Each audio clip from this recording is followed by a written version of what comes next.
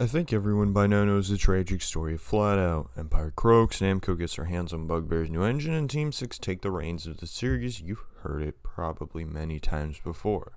Its doom was inevitable the moment they laid hands on it. Or was it? I know this is going to sound like absolute bullshit, but once in a while, Team 6 is actually capable of producing something passable. What kills most of these games off the bat is their lack of post-launch support by Team 6 themselves, or in the case of FlatOut, it was the game being made exclusively for one console, the Wii. It was a similar drawback both Need for Speed Nitro and the Wii port of Driver San Francisco suffer from, but both are very refreshing games to play. FlatOut's Rebirth saw some hope that maybe Team 6 might know a thing or two about maintaining integrity, at least till they decided to pull FlatOut 3 out of their ass. In 1 year, FlatOut was reborn and killed again.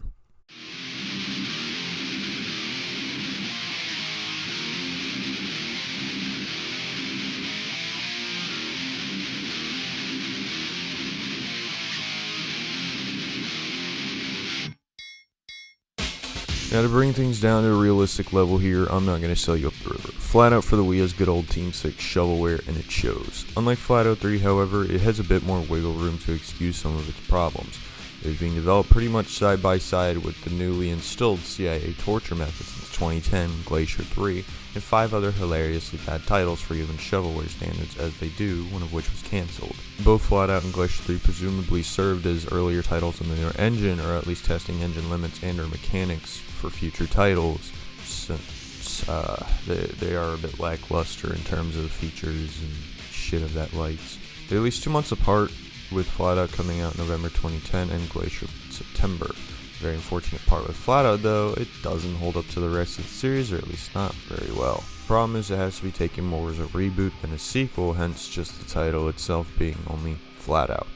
I'm not saying that you shouldn't compare to the rest of the series, but it'd change the developers, and holding the same expectations is a mistake off the get-go. The point of a reboot is to bring the series to a new light and give it a fresh set of ideas, something I think it does well enough. Visual presentation on its own is enough to fool you into thinking this game could be a genuine FlatOut title. It has many similar stylistic elements, UI-wise taken from FlatOut 2, and the almost cartoonish saturated lighting in FlatOut 2 is seen here, but not to quite the extreme. Car models for an infamous studio are actually really well done, besides some being questionably ugly because someone at Team 6 can't stop yanking their cock to late 2000s supercars. They have fully detailed interiors and even somewhat detailed engine bays, looking on par to most high-quality titles from the mid to late 2000s, if not a few steps ahead. Not all the cars exactly scream FlatOut at your face, but nothing some model edits couldn't fix. There's 16 different cars to choose from, of course, if you've beaten the game, most different from the rest in some way, and each with unique description, something that FlatOut didn't do beforehand. Most of the names are as creative as a high schooler's presentation on the negative effects of tobacco, so there's nothing really that will scream at you to sound appealing. Just like FlatOut 2 and Ultimate Carnage, you're given 3 different starters, including the tank, the balance, and the speed. The visual presentation in the menus as well for a Wii title admittedly still looks very nice, but I'm sure someone in the comments is going to snap my neck for thinking even anything from this game is worthy of praise. Track models are rather nice for a budget Wii title as well, and while they don't exactly 100% represent FlatOut, are still pretty to look at and work nicely with the game's physics. Getting the actual content, there's 4 modes. No quick race unfortunately, but it does feature 2-player split screen so you can suffer with a friend. Down the stairs.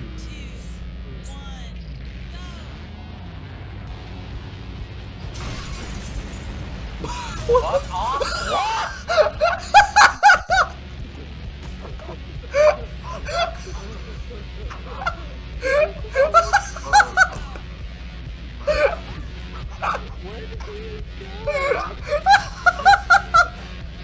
What the fuck? I'm going off the level.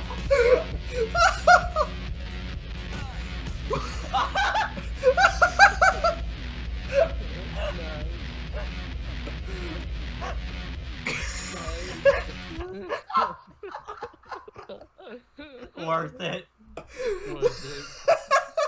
4 modes this game offers is about as much as you'd expect with a FlatOut game: racing, the good old driver, stunt, derby, and something only this title would ever see, Car Basher. Car Basher's a neat idea for a Wii title. You use your remote and swing it like a white kid with a baseball bat to beat the shit out of 5 different cars. What's the point of doing this, you may ask? well, you unlock more cars. It's a fun mode and would be cool to return at any point, but it suffers from being far too linear, not really giving the player much variety in beating the cars up besides choosing a weapon, but the concept remains the same. You just smack the shit out of it and see the same 4 degradation models until the game tells you to fuck off once you've reduced it to an elephant's foot toad out of the Detroit projects. If it had more ways to beat up the car and just more variety and damage in general, it would be a cool mode with infinitely more playability. The multiplier is almost virtually useless as only trying to damage what runs them typically doesn't go well or doesn't result in first on the leaderboard anyways. Also, Anna's high score on or Betty is insanely high. She has to fucking beat her kids or her husband daily or some shit because I still have yet to top it. Battle mode is the new name for Derby and there's only one arena, new low for the series. It's a giant playground that can only be thought of as something out of the Bugbear tech demo with an insane assortment of traps you can lead the other dumbasses into. There's a wrecking ball, giant metal balls that will turn you to an Olympic sprinter in a moment's notice, a wall of fire, some electric shockwave thing in the middle, and lots of explosive barrels. Firewall doesn't always go up at once, always giving you opportunities to hop in and out when needed or just letting you set up to bait. The massive arena allows for getting some wicked speeds and with that some nasty hits too. Besides using traps to your advantage, you can play FlatOut style and just bare-fisted beat the shit out of other drivers, but you might not last, so you have to either build a boost to regen or make a mad dash for a health pickup if the other fuckasses haven't stole them for you already. Combined with the game's wacky physics, some of the moments you can get in the arena are absolute hilarity. They're not something to marvel at to any degree, but they're janky fun you can have a good laugh about. Stunt mode is for the most part unchanged from the FlatOut games, and funnily enough, they even bothered trying to somewhat emulate the ramps up to the stunt itself. This is, fun fact, the only mode where driver's actually present in the car, but you can't look back either. Wanna guess why? There's no driver animations.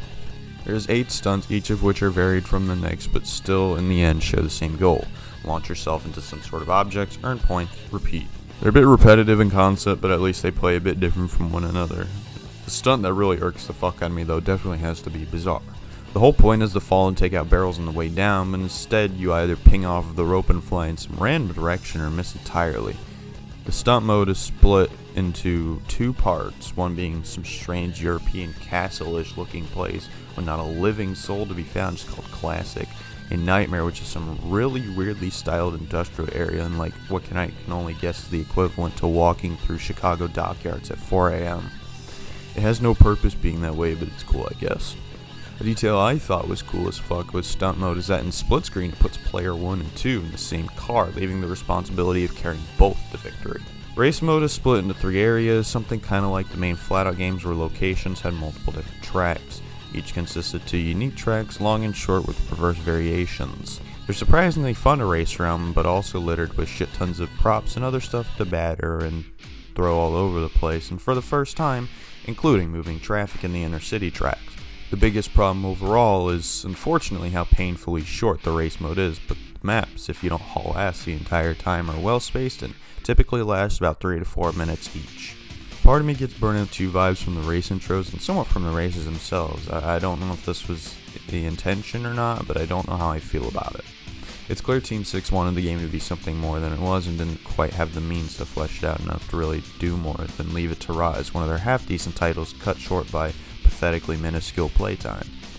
Strangely, with a few tracks, there's some weird dilemma that happens, like one of the city tracks just having a freshly wrecked passenger plane in the middle of the road, and one of the Italy tracks featuring little spots on the road that just burst open with lava underneath. Game mechanics themselves are rather strange. There's some weird power-up mode or some bullshit you can activate that puts everything in slow motion. I still don't know what the fuck else it's supposed to do. I've only used it 3 or 4 times to escape imminent doom in the battle arena. Boost refills player health if stacked enough, which in the arena I have no problem with due to the array of various traps and much stronger AI cars you will need the extra platform to stand a chance against. But in races it's fucking pointless. Races should be more about suffering the consequences of making a poor vehicular choice rather than being able to bullshit your way back to full health if the AI are going to spend most of the time straggling to keep up with the player. The races and battle arena both suffer terribly of the problem with lackluster population, with the arena only being 8 cars yourself included and races being 4, also yourself included. These maps are much larger and could clearly support another extra 4 cars or so to pile into the madness and help the tracks feel a bit less empty. Driving physics are alright, they're a bit twitchy and sometimes feel like you're driving on ice, but you get numb to it after a little bit of playing to grasp the controls. The game offers various tuning options when selecting a vehicle, allowing for the player to fine-tune little bits per environment, such as choosing higher suspension in bootleg San Francisco to avoid harsh speed loss or losing out from elevation changes. With this, you can also apply drift tires and make some nice smooth skids with the handbrake, which of course only really works when it wants to. You have to constantly fight against it, and ripping it going too fast can send you on two wheels, which may not exactly be unrealistic, just subtracting the likely violent rollovers. The player controls and stunts is alright, but I really hate that there's one, no indicator of nudges or how to use them, and two, that you have limited driver control with no effect rather than infinite control that slows you down like the older games. The lack of tutorial for the stunt mode makes it rather confusing and forces you to instill wild guesses or, for once in your life, check the instruction manual. But who the fuck does that?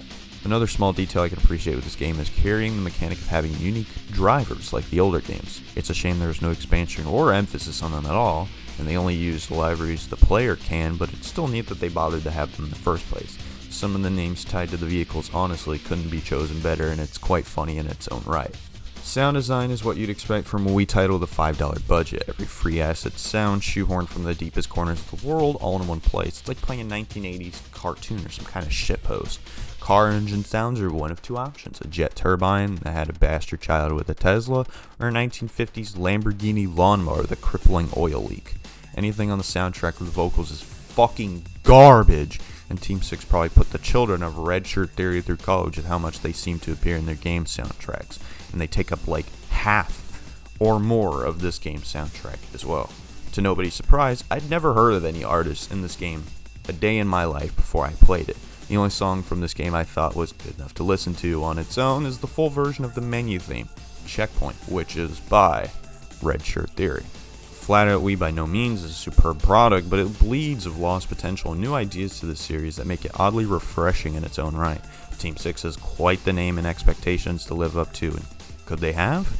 Probably not, but it's still food for thought that perhaps Team 6 could have toughened up and took on a larger product instead of another poor 8 games to be ditched day one. To be quite frank, I must say, if mostly anyone else had been handed the FlatOut name, they simply would not have had the balls to try something new.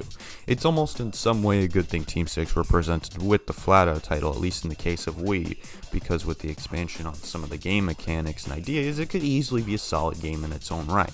If you pulled the FlatOut name, it would just be passable, but with both Team 6 behind it and the FlatOut title slapped on, you all are probably going to look at me like I just told you I nuke Yugoslavia for saying that I actually enjoy it.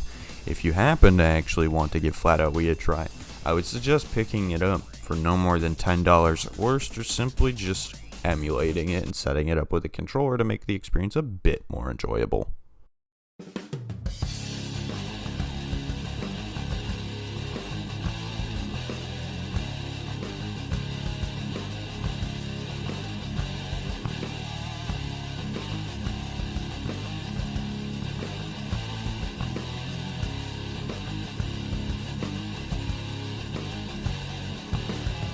You've heard it every fucking corner of the planet by now, and you're gonna hear it from me. Like, really gonna hear it. FlatOut 3 point blank and period sucks more cock than the front page of Pornhub. It completely ditches trying to maintain some sense of integrity of FlatOut and throws away pretty much everything from its older brother on the Wii. There was a couple piles of shit being developed alongside this game, but not as much as FlatOut Wii, so I couldn't give it anywhere near as much criticism leeway. Just to be fair to FlatOut Wii here, this is the game before patches, since FlatOut 3 actually had updates for some reason. And I also hear from a lot of people updates actually broke the stunt mode, so that's cool. Lol. The visual design of this game is really strange, honestly. The new main menu leaves a lot of questions, now full of grass and some random piles of wrecked cars that look like melted clay. And now for some reason there's a little pool of water in the middle now too. I don't have any fucking clue why. Vehicle model quality is still close to FlatOut Wii, not bad by any means, but now car combos twice as gaudy have arrived. These poor fuckers are some of the most nauseating fictional vehicle designs to ever grace planet Earth, silently playing for death every second they're on screen.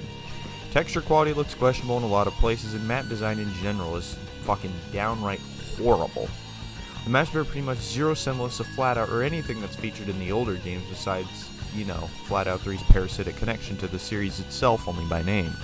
Some environments can range from being flat and boring as fuck, and others being full of so many wacky and insane elevation changes that the drastic difference in speed compared to FlatOut Wii makes everything feel so overly chaotic, like a roller coaster on Six Flags on cocaine. Environments themselves are below mediocre at best, but the presentation is almost nauseating. Getting into the gameplay itself, the modes are boring as fuck, and there's 11 of them. 12 if you have the updates, but it's just some retarded zombie mode like we haven't seen a plethora of those before. Race, off-road, stunt, battle, big battle, monster truck, speed, night shift, and challenge. About only a quarter of these would probably be seen in a real FlatOut game, and that's being generous. I'm surprised the game actually featured an online mode, but I think the world would have to be ending in order to see a living soul even playing it at all. Race is exactly as you'd expect. There's 6 locations, each with 46 tracks. It depends per chapter, I guess, as the game calls them. The starting area of the game is Detroit, but where's the Detroit? This just looks like some ratty-ass neighborhood in like Wisconsin that just got plowed by a tornado like 3 weeks ago. As if Team 6's boner for Europe wasn't stiff enough, there's not 1, but 2 European locations now, in Rome and Vienna. The rest consists of Louisiana port, some countryside mountain, and a uranium mine. Woo. Tracks are still littered with props everywhere, but now it's mostly explosive barrels and wrecked cars that also explode when you hit them. Instead of inconveniencing you like in FlatOut Wii, barrels and cars will literally up and launch you in a random direction like 50 feet down the street. It's a pathetic excuse for adding difficulty and is such a frequent annoyance. Track size has been pretty much halved depending on the locations. Not every normal race event is insanely short, probably shorter than even FlatOut Wii, had they not had the bright idea to add another lap or two for a couple tracks. If there was one location in the game I especially fucking hated, it's the Louisiana port. Dock track is so fucking tight and constricted, it's brutal in anything but a tuner car, and combined with the stampede of whatever jumble of shit you've completed, it becomes even more of a chore. Navigating the dock is painful and most corners are pretty much 90 degrees with a sharp turn and no barriers to hold you on, so half the time you'll leap into the water like an Olympic diver.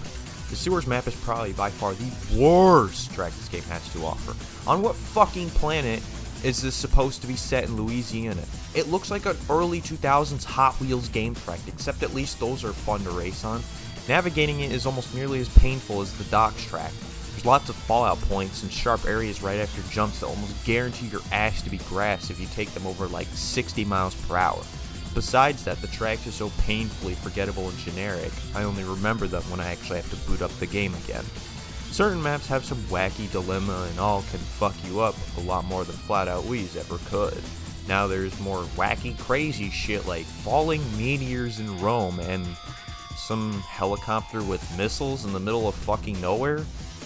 There's probably more, but the game doesn't stay long enough on my mind to remember what.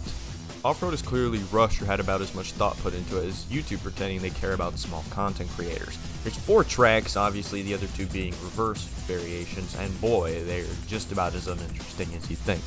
The winner is determined by a point system that goes based on certain elements you do, such as jumps, destroying props, beating on other cars, somewhat similar to the race bonuses you could earn in the FlatOut games, the original ones. The real ones!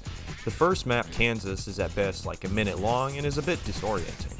There's no concept of what's the most optimal path, so you'll probably, like I did, plow through some fences and eat shit on a building and chase down the AI.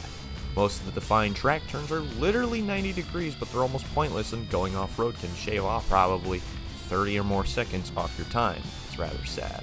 Utah is confusing as fuck and lacks any sense of direction to let you know where you're supposed to be going. You'll spend most of your first time running around in circles and getting past when you miss a checkpoint going 8 seconds in the wrong direction. You're better off watching the AI and then patching them up last second or just blazing through at light speed after restarting. You'll probably, like everything else in this game, want it to end as quickly as possible. Stunt is now comprised of 3 unique locations, being a golf course that doesn't really look like a golf course, a city area, and Nightmare returns too, but now it looks like a late 2000s Cartoon Network pilot reject. Each has 4 stunts, all of which are all easy as piss until you reach the very last Nightmare stunt. The sky tint in Nightmare is a very prominent red, and so is the water. At least I think it is at the bottom of the map. On the bottom as well is a checkered floor, and the background is comprised of random hills and some wacky disproportionate buildings scattered across them. Some stunts return from FlatOut Wii, but most are new and same old copy-paste, hit the target type shit, but with a small twist. Now the game has unique stunt cars likewise to the old games, except they're diabolical convertibles instead of a jet engine strapped to a streetcar. This, however, wasn't the case with the entire game's development, as 4 stunt cars were unused and have a more buggy-like appearance. They're not pretty by any means, but I'll take them over chop shop hack jobs. Oh yeah, and I know you probably think I'm full of shit, but this game actually had a joke that made me laugh. Shocking, I know. One of the stunts, called Evading Customs, is literally about launching yourself into shipping crates on a dockside, and if you aim it right, your vehicle too. I didn't catch it at first, but one of my friends I was playing with pointed it out, and we had a good laugh about it. Don't expect anything else like it. Battle and Big Battle are virtually the same, only difference being map size and car amount. This mode is dead ass about the only fun to be had in the game besides listening to the hilarity of the AI killing themselves time and time again during races. The arenas are bland, most of which have some form of obstacle that will fuck you up, and guess what one of them is? Yup, trains. They do this thing where, so you touch them and it crashes you out, but the problem is, it does this without some sort of limiter. So you touch it and it just keeps taking from your health, and within like a second or two, you're literally dead. It's annoying as hell when it happens to you, but when it happens to the AI, it's fucking hilarious, because you can have the entire grid literally cut in half within like either one lap, or in the case of this derby arena, like 30 seconds. There's one derby arena that's called Arena Wii in the files, but it's quite frankly a pathetic excuse to be called the same, and is not similar in seemingly any way besides the weird magnet shit in the middle, but that's nothing like the electric pulse, whatever the fuck that it had. There's an ice lake that looks strangely like a retextured volcano and some weird tornado thing spinning around on top of it that will toss you away if you touch it. Besides annoying obstacles, the only other issue I have with Derby is being dogpiled by literally everything if you get stuck for a little too long, so unlike the other games, you absolutely have to keep moving. Very few arenas have props and shit to toss around and slow down other cars, putting the shitty map hazards aside, so your fate is pretty much in the hands of your movement. Monster Truck has 5 different events and they're all absolutely terrible. Most of it is just a go here and do this X amount of times type shit.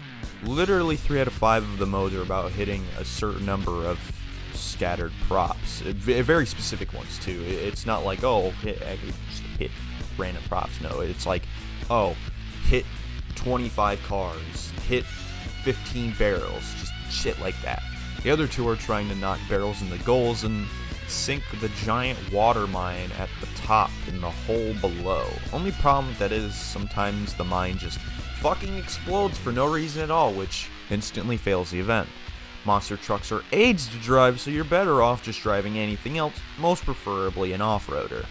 You have teammates that are supposed to defend you, but they do a terrible job, and you'll lose track of them within probably the first 10 seconds, or even get terrorized by them. Yes, they will beat on you sometimes. I don't know why. Speed is by far one of the worst modes this game has to offer, if not the absolute bottom of the barrel. First thought that breaches my mind is not only would FlatOut never have a plethora of supercars, but why in fuck's name would it ever have F1 cars? Speed, or like slow as fuck, is comprised of 2 seasons, which mean nothing, each having 5 events, spring being forwards, autumn being reverse. If the fall season actually had a visual change, it would be cool, but it doesn't. Nothing changes. The speed races are the longest in the game, upwards of 4 minutes at minimum, with the exception of a single track, and will span upwards as far as a surplus of 8 minutes. AI barely know how to drive in these tracks, and the entire risk of crashing is removed because if you breathe on these cars wrong, they just fucking explode. You can respawn infinitely, and the race starts in this mode are one of the most confusing clusterfucks I've ever experienced. You breathe on any AI car and they just combust, making your screen shake violently. This sounds okay, but the problem is that supplies for the AI hitting each other too, so you have upwards of like 10 cars in the grid just exploding in the first 15 seconds, making it hard to see a damn thing. It's funny but also obnoxious as fuck. Track environments themselves suck ass. They don't even resemble the location that they're trying to emulate, and they all look really similar to one another besides one that's set in like the Middle East. Each track has some really weird repeating graffiti texture, but I'm not sure if that's a bug or what. Each car in this mode has some insane handicap that either renders it bad or completely unusable. They either roll when they respawn, die on nothing, or both. If you lose one of these races, you may as well cut your losses. You don't get anything cool from them. One of the maps is coated in all sorts of giant holes with fire spitting out of them that can kill you for some reason, and it's really out of place in comparison with the rest of the maps for the mode.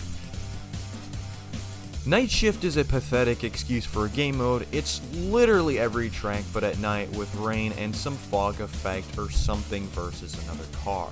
They forget how to drive most of the time, so you only see them the first like 20 seconds and the rest is spent just going into autopilot because these races will eat your brain cells as time goes on. A little pro tip to remember, if you're going to play this, be sure to bring some friends to ease the mental trauma it may cause you. One of the mountain tracks is completely broken, so if you've completed speed by now, you best restart until you get a speed opponent and bank on them dying. The checkpoints are absolutely fucked and the AI will almost always beat you to the punch. It's very clear this mode was just an easy way of padding the game out because they couldn't think of anything else to add. Quick race! Supposedly some of the strange bugs are fixed in the Steam version as well as Night Shift actually having proper reduced grip, but I don't think any poor soul on planet Earth played long enough to tell if they've actually fixed more than that. Can you blame them? No, I wouldn't. Challenge is also a sad excuse for a mode. It's like Carnage mode, but worse. You're not told anything you're given. There's no menu listing off all the events in order or anything. You're just given a car, given the same old objective, no matter the mode, and sent off. There's not really a challenge to it besides playing certain modes how they were originally intended, which can be quite painstaking. There isn't some like, okay, you're at a Monster Trucks event, but driving an F1 car, good luck, or some wacky combo shit that would really make it a challenge. It's just more useless padding because they didn't have anything else to add. Quick race! Moving into game mechanics. The driving physics are much less like they're on ice, but cars feel insanely fucking fast for no reason with inane amounts of grip, making tracks that were already pretty much tabbed in size feel pretty microscopic. Crash outs return, but in the most pathetic excuse for a reintroduction by just blowing your car the fuck up, except even when the wheels break off the car, it can still roll as if they were still on. It doesn't help either that the AI don't give a fuck when they literally commit suicide and keep moving like nothing happened until they're forced to reset. The weird slow motion special move bullshit is still here, but I didn't note the control of it to ever use it, but no loss there. Stunt ragdoll movement is now more easier to note, but once again, the lack of tutorial can leave you extremely confused in a scramble to figure out how you're supposed to play. I didn't know for a brief time you're actually supposed to eject and would just floor my car into the wall and hope it shot me in the right direction. Fantastic game design if you ask me. The amount of nudges you can get are now visually demonstrated, and now the movement of the driver was given a visible name. Aftertouch. Boosting the heel is back, but it makes a bit more sense here since suddenly the game decided for half the cars to be made of literal paper and will die if you breathe on them a little too hard. Sound design, likewise, FlatOut Wii is still the same old shitpost and a half with its stock as it sounds. It sounds like a 2005 children's budget title. Remember FlatOut Wii's and Glacier 3's awful soundtrack? Yeah, they're back again, and exactly the same. It's missing an instrumental version of I Think It's Gonna Rain, which is no loss quite frankly, but that just means another chance for all the garbage to play again. Now I know you're probably asking, so if FlatOut 3 has all this shit, then why is the Wii title better? Simple. It doesn't try to pad out the game with useless game modes, and it knows its boundaries of FlatOut without trying to overstep them, or at least very far. FlatOut 3 throws this out the window and does whatever the fuck it wants, which is ultimately what gives it the title for the biggest pile of shit the series has to offer. Instead of feeling like a complete game with a general consensus, an idea, or style, it just feels like they led a playground of children into a board meeting and went, okay kids, what do you think our game needs, adding the first answers that were uttered. FlatOut Wii at the least represents a vague semblance of the old games with a fresh coat and new ideas. The best FlatOut 3 can do is bring back like 5 classic cars in almost cartoon proportions and rip off some UI elements from FlatOut Ultimate Carnage. The game now features an array of characters who are hilariously knockoff and all punchable nonsense. At least this time you can customize race settings, but it doesn't really make the experience much better. I would say that this game isn't exactly deserving of being the worst rated game on Steam, but I don't know if there's another widely hated candidate you could put in its place. I highly suggest you get this game for $3 and under, or don't. I would suggest the latter. It's not worth the full $10 by any stretch. I would have had a bit on FlatOut 4, but I haven't owned it in probably years now, and I don't think I can really say enough about it to give an entire segment. All I can really say is that it was trying too hard to be like the old game, so it in turn offers nothing new and just feels like a bad ripoff.